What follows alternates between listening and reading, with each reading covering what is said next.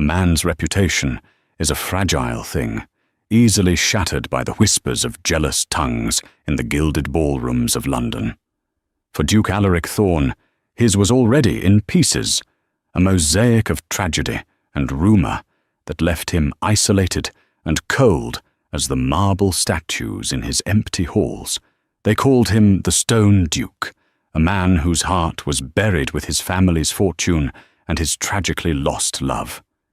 But in that same ballroom, where his name was about to be dragged through the mud for all to see, a lone voice would rise in his defence, a woman with nothing to gain and everything to lose.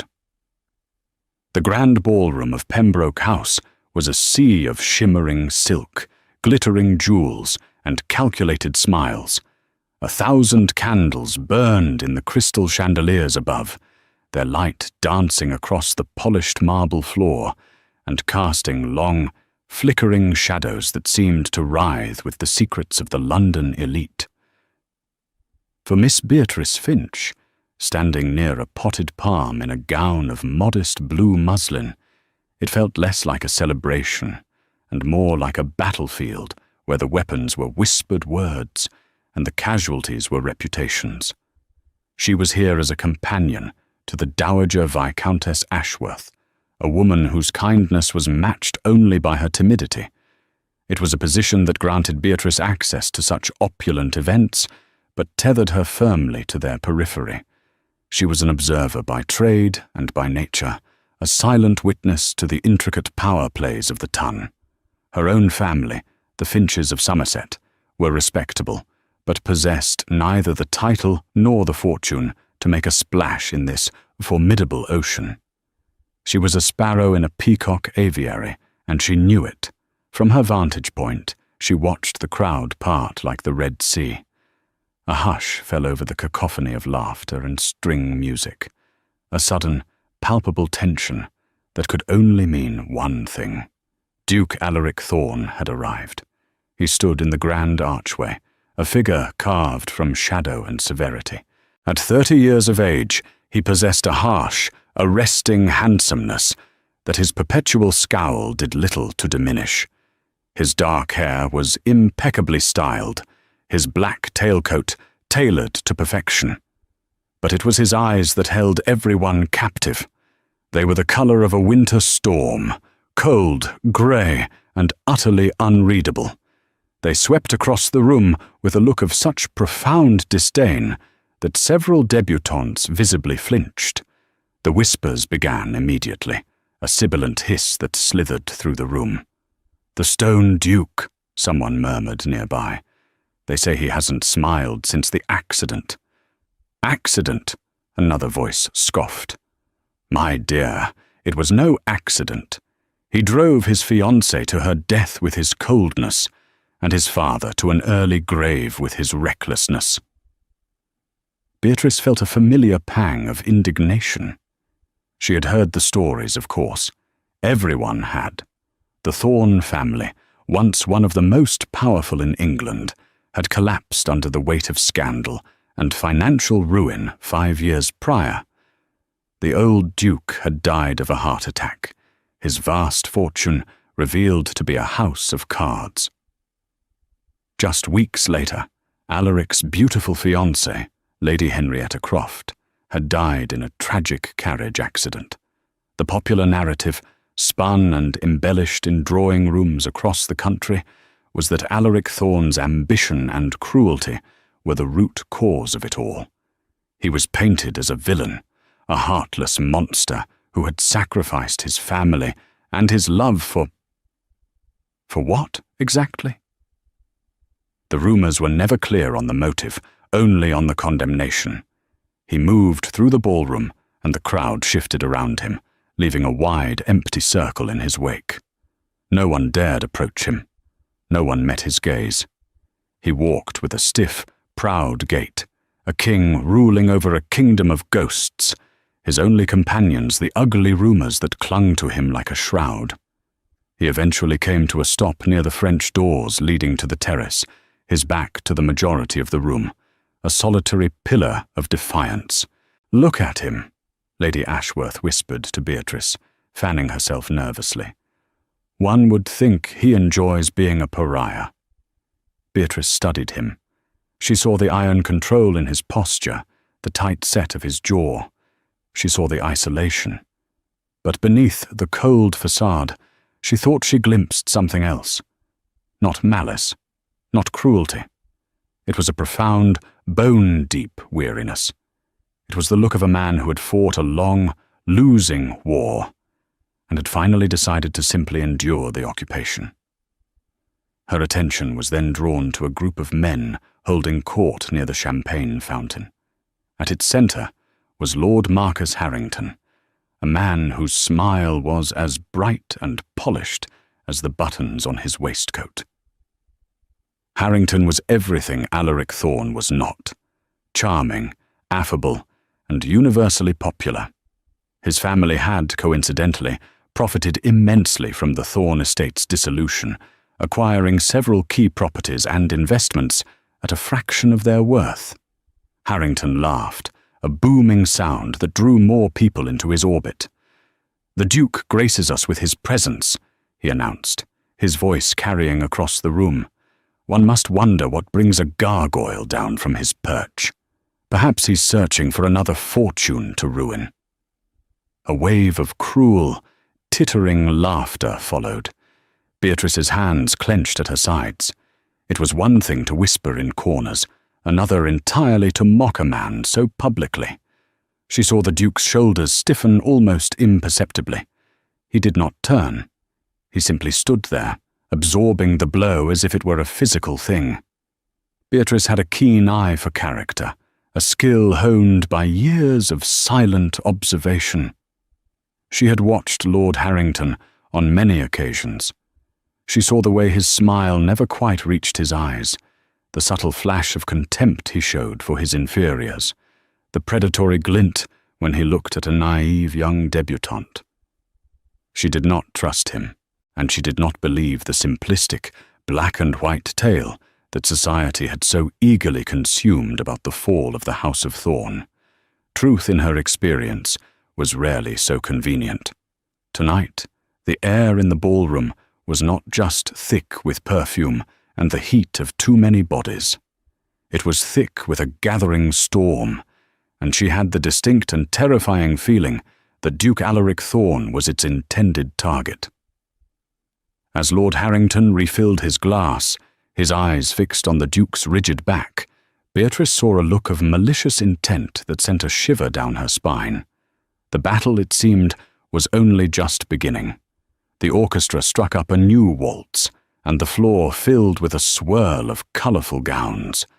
Beatrice guided the Viscountess to a pair of vacant chairs, settling her charge with a glass of lemonade before melting back into the relative anonymity of the alcoves. Her mind, however, refused to settle. It kept replaying the scene with Lord Harrington, the casual cruelty of his words, and the Duke's silent, stoic refusal to engage. She found herself drifting, an invisible current pulling her closer to the conversations buzzing around the room.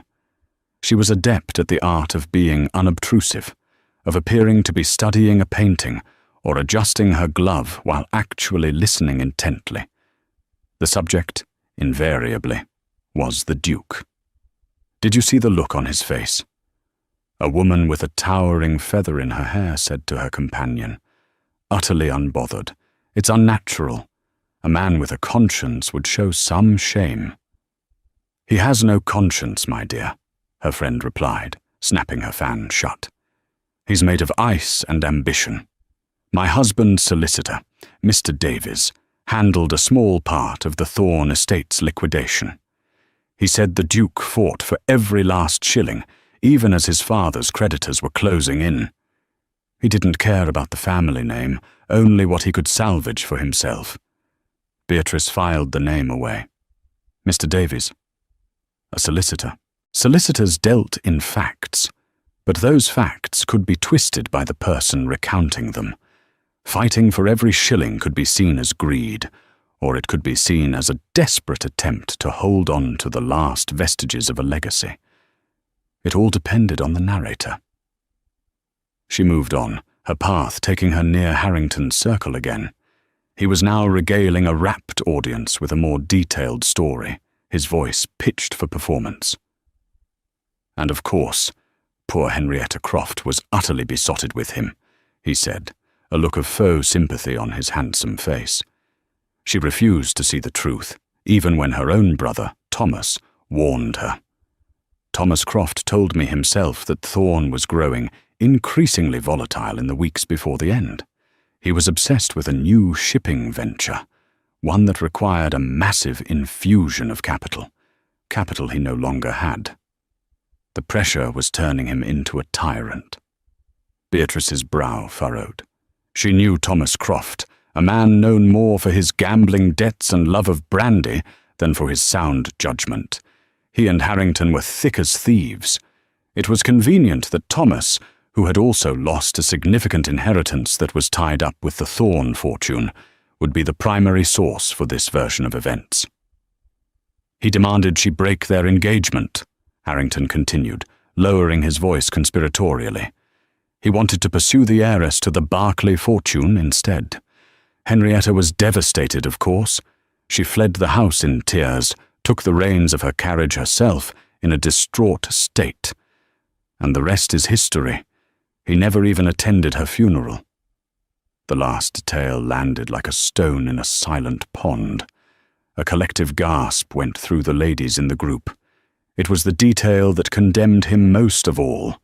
A man who would not mourn the woman he was to marry was surely a monster. Beatrice looked across the room at the Duke. He was still by the doors, staring out into the darkness of the garden. Was that the face of a man who had callously discarded his fiancée for financial gain? She tried to reconcile the vicious gossip with the man she saw. The image didn't fit. The pain she perceived in his posture felt too real, too profound to be the performance of a guilty man. It felt like the genuine article. Grief. Grief so deep it had been petrified, turning him to stone for the outside world. She thought back, trying to recall the society pages from that time. The reports of the accident had been tragic but simple. A spooked horse, a treacherous patch of road on a rainy night. There had been no mention of a broken engagement or a flight from the house in tears. Those were details that had bloomed later, in the fertile soil of gossip, likely planted and tended by men like Harrington. A sudden memory surfaced. Her own father, a country gentleman with a sharp mind for business, had once commented on the Thorne collapse. A tragedy of loyalty, he had called it. The old Duke was too trusting.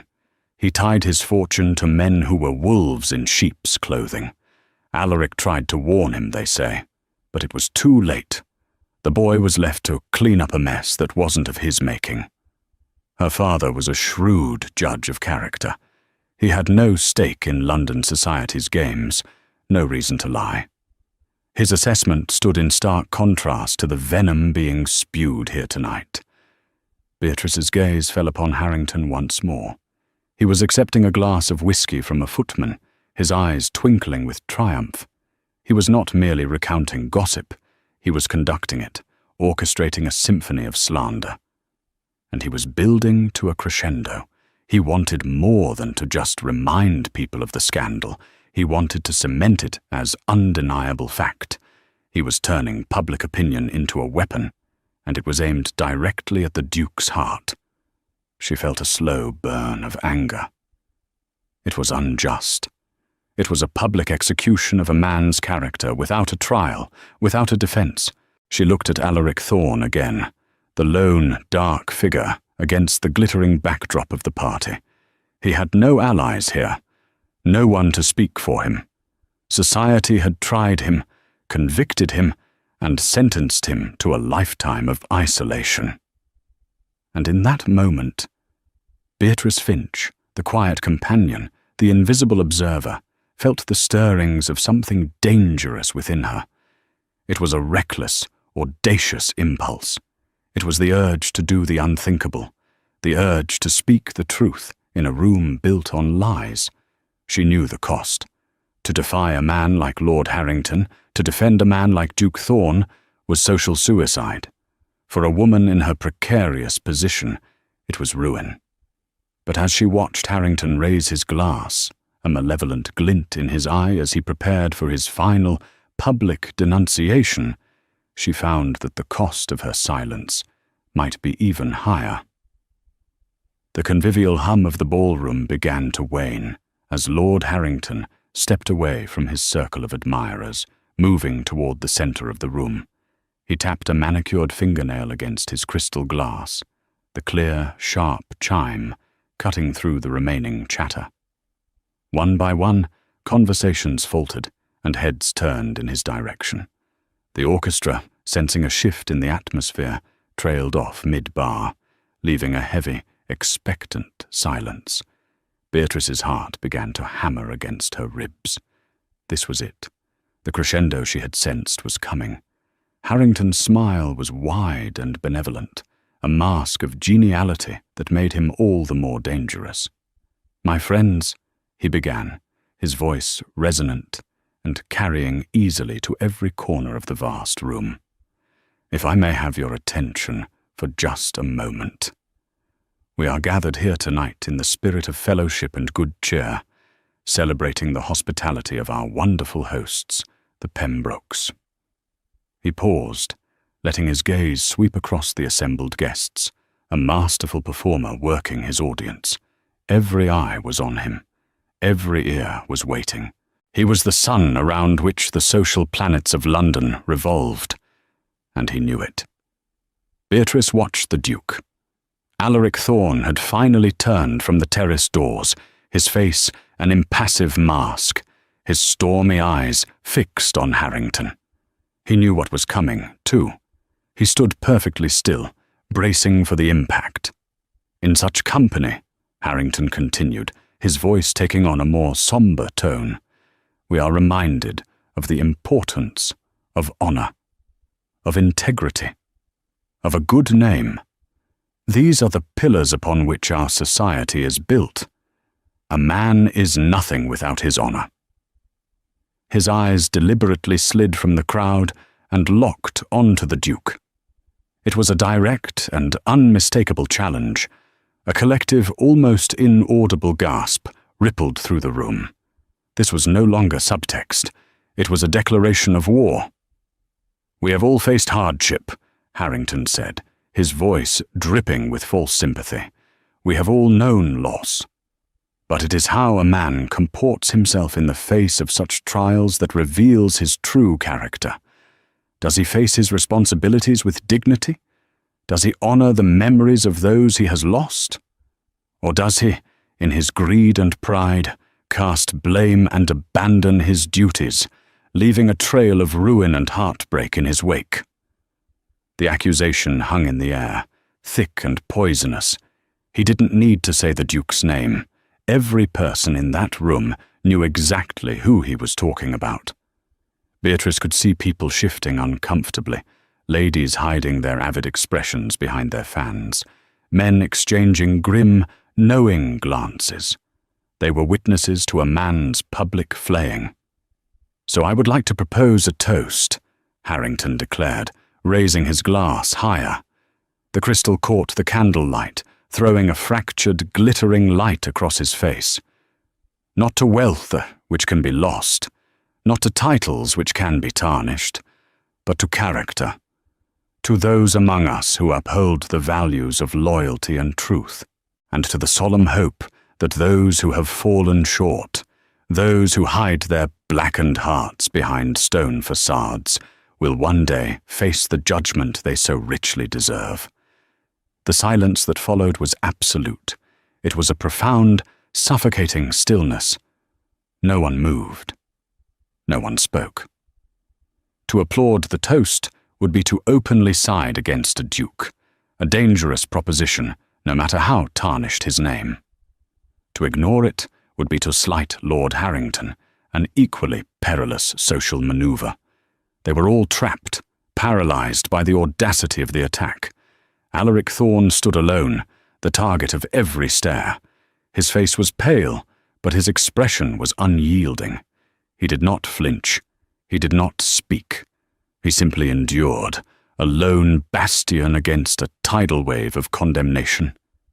Beatrice's gaze was fixed on him, and in that moment she saw a flicker in the stone. A brief, infinitesimal tightening around his eyes, a clenching of a muscle in his jaw. It was the barest crack in the armor, but it was there. And it was a crack that revealed not guilt, but a deep, immeasurable well of pain. Her blood ran cold, then hot. The injustice of it all was a physical thing, a fire in her veins. All her life, she had been quiet. She had been proper. She had followed the rules, but the rules were being used to perpetrate a monstrous lie. The silence in the room was not just silence, it was complicity. Lady Ashworth clutched Beatrice's arm, her knuckles white. "Dreadful," she whispered, her voice trembling, "simply dreadful. Let us find a quiet corner." But Beatrice didn't move. She couldn't. Her feet felt rooted to the floor. Her father's words echoed in her mind. A tragedy of loyalty, left to clean up a mess that wasn't of his making. The whispers of the gossips, Harrington's venomous words, Thomas Croft's convenient story, it all coalesced into a tapestry of calculated cruelty. And she knew, with a certainty that defied all logic and self-preservation, that she couldn't remain silent. She could not be one of the complicit. Slowly, deliberately, she took a step forward, disengaging her arm from Lady Ashworth's panicked grasp. Then another. She moved out from the shadows of the alcove and into the open space of the ballroom floor. Each step was a cannon shot in the stillness.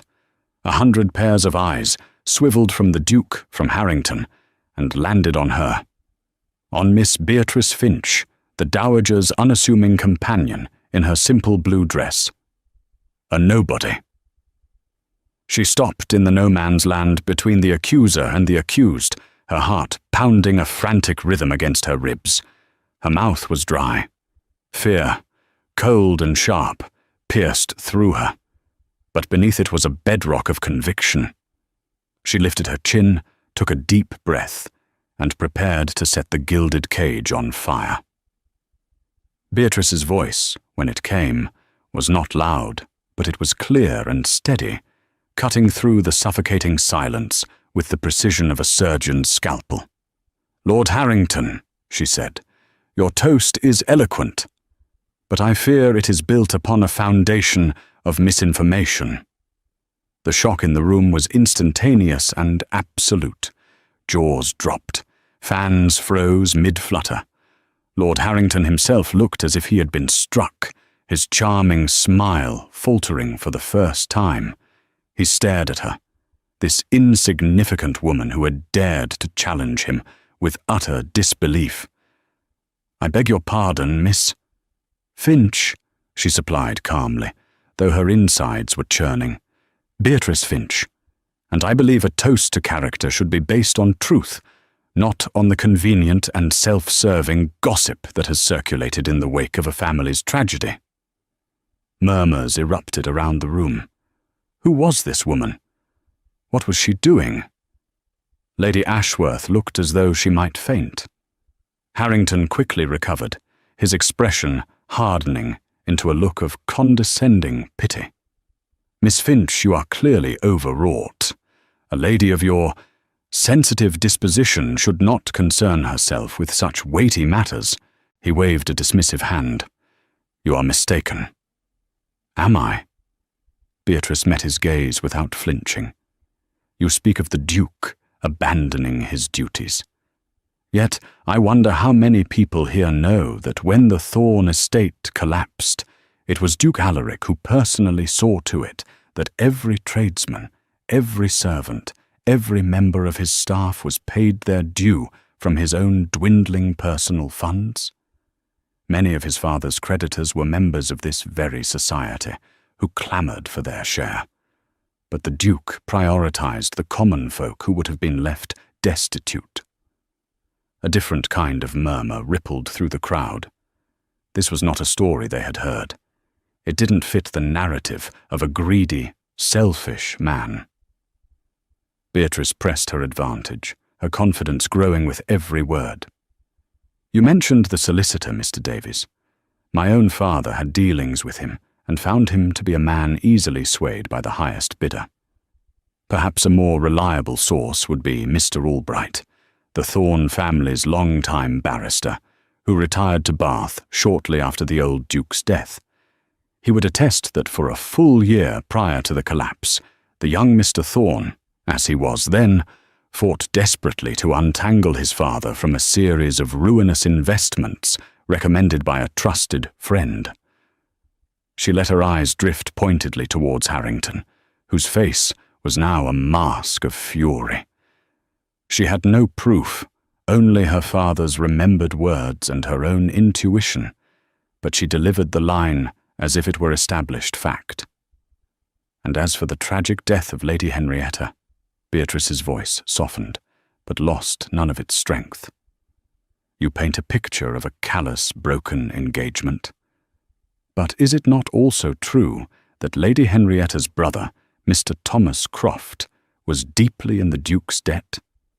That he had squandered his sister's dowry on gaming tables and was pressuring the Duke for more funds? Is it not possible that any conflict between the engaged couple was born not of a lack of affection, but of the Duke's refusal to finance Mr. Croft's ruinous habits?" The silence returned, but this time it was different. It was thoughtful. She was planting seeds of doubt, offering an alternative narrative that was, in its own way, far more logical than the melodramatic tale of a villainous duke. "And he did not attend her funeral?" Beatrice shook her head, a look of genuine sorrow on her face. "No, he did not, because while London society was mourning publicly, he was at the Croft estate, not as a villain, but as a grieving fiancé. He was the one who arranged for her parents, who were infirm and overcome with grief, to be cared for. He was the one who settled her affairs and paid off the debts her brother had incurred in her name. He mourned her in private, with action and service, not with a public performance of grief for the benefit of gossips." She took a deep breath, her gaze sweeping the room, meeting the eyes of the stunned onlookers. "A man's character is not defined by the rumours that follow him, Lord Harrington. It is defined by his actions, especially those taken when no one is watching. You toast to honour and integrity. Perhaps you should first ensure your own words possess those qualities." She finished. The air crackled. She had not raised her voice, had not resorted to hysterics. She had dismantled Harrington's entire public assassination with calm, searing logic. She had given them not just a defence, but a reason to question everything they thought they knew. Lord Harrington was speechless, his face mottled with rage and humiliation. He opened his mouth, but no words came out. He had been so thoroughly and publicly undone by a woman no one had ever heard of. And then Beatrice finally allowed herself to look at the Duke. Alaric Thorne had not moved, but the mask of stone was gone. Shattered, in its place was an expression of raw, unguarded astonishment. His stormy grey eyes were fixed on her, and for the first time she saw not coldness, but a flicker of a long extinguished light. He was looking at her as if she were the first thing he had truly seen in 5 years. In defending his name before them all, she had done more than silence a bully. She had reached across a crowded room and touched the heart of a man everyone believed was made of stone. The spell broke. The ballroom erupted into a cacophony of frantic, hushed conversations. The central drama was over, and the guests scattered like startled birds, eager to dissect what had just happened in the relative safety of their own small circles. Lord Harrington, his face a thunderous mask, slammed his empty glass onto a passing servant's tray and stalked towards the exit without another word. His public humiliation complete, Beatrice stood alone in the center of the floor, the blood roaring in her ears.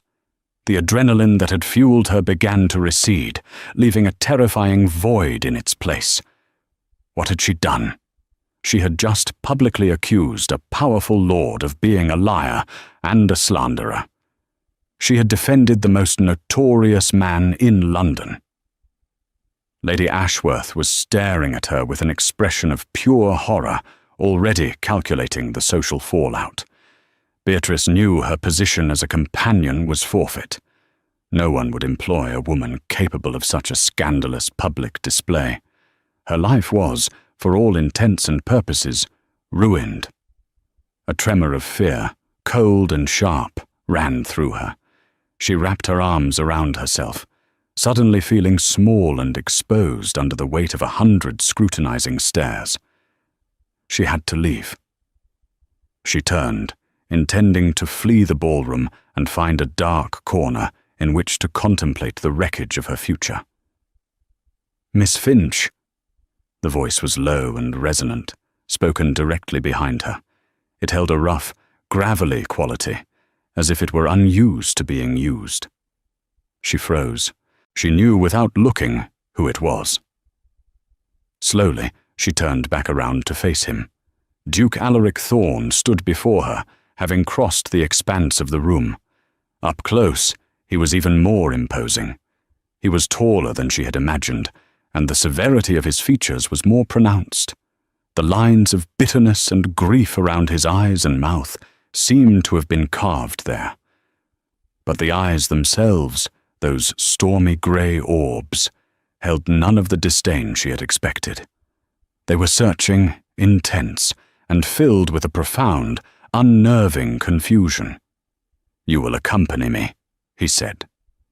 It was not a request. It was a soft-spoken command, yet it lacked the harshness of an order. It was a statement of necessity. Before she could process it, he offered her his arm. It was a gesture of such formal, old-world courtesy that it seemed utterly at odds with the chaos she had just unleashed. To take a duke's arm was a significant act. For her, in this moment, it was tantamount to publicly declaring her allegiance. Her heart hammered. Refusing was impossible. Accepting was terrifying. Her hand trembled as she placed it on his black-coated sleeve. The fabric was fine wool, and beneath it, his arm was like granite.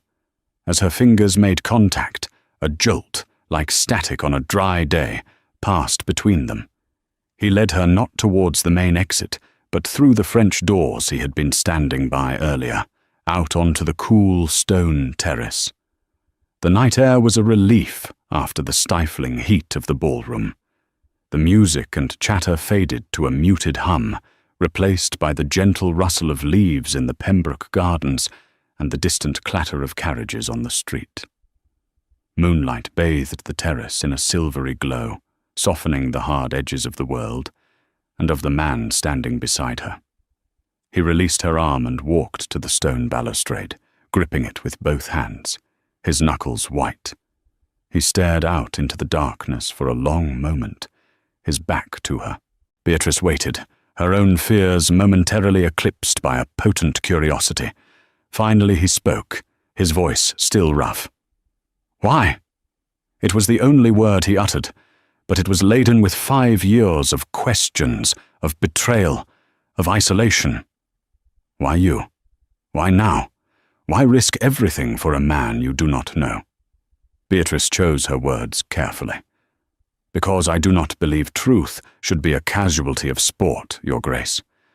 What Lord Harrington was doing was not for justice or for honor. It was entertainment, at your expense. It was cruel, and it was based on lies." He turned his head slightly, his profile sharp against the moonlight. "You spoke with such certainty. You mentioned details.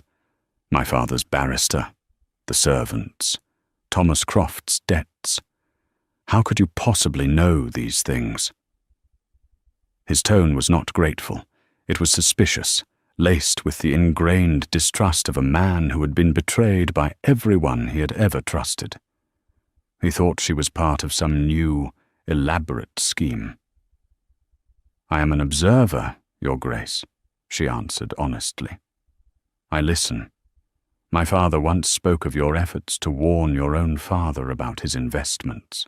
The rest, I pieced together. The things Lord Harrington said, they were too neat, too perfectly villainous to be the whole truth. A man does not become a monster overnight. I simply offered the room a more plausible alternative." He finally faced her fully, and the intensity of his gaze was breathtaking. He searched her face, his eyes probing, looking for any hint of deceit or hidden motive. He found none, only a quiet sincerity and the lingering flush of her courageous stand. "A plausible alternative," he repeated, his voice softer now, tinged with a weary sort of wonder. "For 5 years, I have been surrounded by their version of the truth. I have listened to their whispers, endured their scorn. I chose to face it with silence, believing that to offer a defense would be to dignify the lie." He shook his head, a gesture of self-recrimination. "My silence, I see now, was mistaken for guilt. It gave them an empty canvas on which to paint their monster." He took a step closer. "No one has ever done what you just did. No one has ever dared. You sacrificed your reputation, your position, everything, for a man you know only by rumor." He paused, his voice dropping to a near whisper. "Why?" The suspicion was gone, replaced by a raw, desperate need to understand. Beatrice met his gaze, her own fear finally melting away, replaced by a simple, unadorned empathy. "Because when I looked at you," she said softly, "I did not see a monster. I saw a man who was profoundly alone." The words struck him with the force of a physical blow. His composure, that iron-clad control he had maintained for half a decade, finally cracked. The stone crumbled, and for a fleeting, heartbreaking instant, Beatrice saw the man beneath, wounded, grieving, and utterly astonished to have been seen, truly seen, for the first time in an eternity. The Duke stared at her, the silence on the terrace stretching into a taut, fragile thing. The confession of his loneliness, spoken aloud by this stranger, had breached defenses he had long thought impenetrable. He seemed to be struggling for words, his throat working. Finally, he gestured towards a stone bench, partially hidden by a climbing rose bush. "Please, sit." Beatrice complied, her blue muslin dress pooling around her on the cool stone. He did not sit beside her, but stood, pacing the length of the terrace like a caged panther. The rigid, aloof Duke of the ballroom was gone, replaced by a restless, agitated man grappling with a flood of unfamiliar emotions. "You cannot know the risk you have taken," he said at last, his back to her. "Harrington will not forgive this. He will see you ruined. The Viscountess Ashworth will dismiss you by morning. Society will close its doors to you." "I am aware of the consequences, Your Grace," Beatrice replied, her voice steady. He stopped pacing and turned to face her, a bitter, self-deprecating smile twisting his lips. It was the first time she had seen even a shadow of a smile on his face, and it was a painful sight. "And you did it for a man who is profoundly alone." "A most unwise investment, Miss Finch." "Perhaps," she conceded, "but I have always found that my conscience offers poorer returns when I ignore it." His brief, harsh smile faded, replaced by that same look of searching intensity. "You mentioned my father's friend, the one who recommended the disastrous investments. You looked at Harrington as you said it." "It seemed a logical conclusion," Beatrice said carefully. "Lord Harrington's family benefited most from your family's fall. His animosity towards you is too personal, too vicious to be mere social posturing. It feels like the frantic work of a guilty man ensuring his victim remains condemned. Alaric ran a hand through his dark hair, a gesture of profound weariness. It was his father, Lord Gilbert Harrington. He and my father were friends since boyhood. My father trusted him implicitly. Gilbert filled his head with talk of new ventures in the Americas, of shipping lines and cotton speculation. He painted pictures of a fortune that would dwarf our own. He began to pace again, the story pouring out of him now, a torrent held back for 5 long years. I was young, but I understood finance. I looked into the companies. They were shells, most of them, designed to fail. I tried to warn my father. I brought him proof, letters from contacts in Boston, shipping manifests that didn't add up. But he wouldn't listen. He accused me of jealousy, of disrespecting his oldest friend. His voice grew tight with remembered pain. The day it all collapsed, Gilbert Harrington was the first to call in his loans, triggering a cascade that brought everything down. He used his knowledge of our finances to buy our most valuable assets for pennies on the pound at the creditors' auction. He destroyed my father and then feasted on the carcass. My father died weeks later, not of a weak heart, but of a broken one. He died of shame.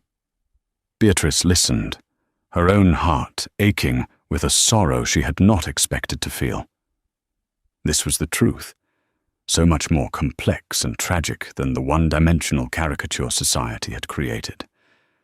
"And Henrietta?" she asked softly. Alaric stopped and looked away, his gaze fixed on the distant, unblinking stars. Harrington's story was a vile masterpiece, twisting every truth into a lie. Henrietta and we did argue. Not about a Berkeley heiress, but about her brother, Thomas. He was in debt to loan sharks and was forging my signature on markers. I discovered it and refused to pay them. I told Henrietta she had to cut him off. She was torn between us. She did leave in anger, but it was anger at her brother's betrayal, not at me. He finally looked at Beatrice, and his eyes were glistening with unshed tears. She was coming back. That night of the accident, she had sent me a note. She was coming back to me. The note was in her reticule at the crash site. I have it still. But Thomas Croft, in his grief and guilt, let Marcus Harrington convince him that I was to blame. It was easier than facing his own role in his sister's death. Harrington paid off his debts, and in return, Thomas gave him the story he wanted. The puzzle pieces clicked into place. It was a conspiracy of greed, guilt, and malicious ambition, all designed to ruin one family and elevate another. Alaric had been left to stand alone in the wreckage, his grief and his honor buried under an avalanche of lies. "Why didn't you tell anyone?" Beatrice whispered. "Why didn't you fight back?" "With what?" he asked, his voice raw. My father was dead. The proof I had gathered was dismissed as the ramblings of a desperate, grieving son. The Harringtons, father and son, held all the power. They had society's ear. And I had nothing left to fight with. My heart was gone. My name was mud. Silence seemed the only dignified response. I swore my heart to stone and decided to simply endure. He took a step towards her, closing the small distance between them. The air was thick with his confession, with 5 years of unspoken pain. "Until tonight," he said, his voice dropping to an intimate murmur. "Until a woman in a simple blue dress, a woman with nothing to gain and everything to lose, stood up in a room full of my enemies and gave me back my voice." He reached out, his hand hesitating for a moment before his fingers gently brushed a stray curl from her cheek. His touch was tentative, like a man remembering a forgotten language. "Beatrice Finch," he said, her name a quiet revelation on his lips. "You did not offer a plausible alternative. You spoke the truth." The days that followed the Pembroke ball were exactly as Alaric had predicted.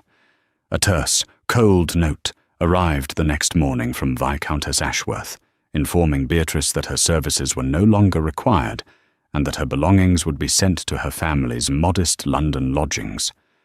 Doors that had once been open to her, if only as an observer, were now firmly shut. When she walked in Hyde Park, former acquaintances suddenly found the distant horizon fascinating. She was a pariah. Yet strangely, she did not feel the sting of it, as she had expected. The fear and panic had been replaced by a quiet, settled resolve. She had done the right thing. That knowledge was a shield against the scornful glances and whispered insults. On the third day, a handsome carriage, lacquered in black with a silver ducal crest on the door, pulled up outside her building. The footman delivered a single, thick envelope. Inside was not a letter, but a deed. Duke Alaric Thorne had purchased the building she and her parents were renting, and had signed the title over to them. A small note, in a strong, masculine hand, was attached. A man must see to it that his allies are secure. A.T. It was a gesture of immense generosity, but more than that, it was a statement. He was protecting her. It sent a clear message to the ton. Miss Finch was under the Duke of Thorne's protection. A week later, another invitation arrived, an exclusive soirée at the home of Lady Danbury, the sharp-tongued, formidable matriarch of London society, whose opinion could make or break a reputation. Beatrice was shocked to see her name on the list. Curiosity and a sense of trepidation warring within her, she attended. She entered Lady Danbury's drawing room to an immediate, speculative silence. And there, standing by the fireplace, was Duke Alaric Thorne. He was not lurking in a corner, but was in quiet conversation with their hostess. When he saw Beatrice, he excused himself and crossed the room to her side. "Miss Finch," he said, his voice warm in a way she never would have thought possible.